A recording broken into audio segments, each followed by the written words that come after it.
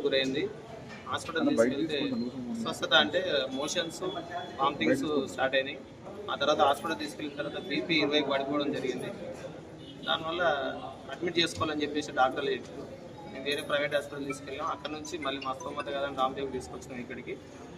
ఇది దేనివల్ల జరిగిందో అనుకున్నాం. ఇక్కడికి వచ్చిన తర్వాత మా కాలనీ వాళ్ళు 2-3 ఉండడం జరిగింది. ఇక్కడ చూసి వాళ్ళకు కూడా సేమ్ ప్రాబ్లం అని చెప్పేసి వాళ్ళు చెప్పడంతో మేము అదే అవాకైనా.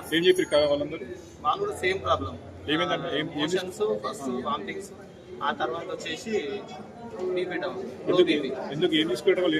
ఏం జరిగింది అనుకున్నాం. ఇప్పుడు వచ్చిన తర్వాత ఇక్కడ పోలీస్ వాళ్ళు ఉన్నారు. దానివల్ల ఎంక్వైరీ జరుగుతుందంటే దేనివల్ల అనుకుంటే కళ్ళు తాగిందని చెప్పేసి చెప్పారు. మా అమ్మ కూడా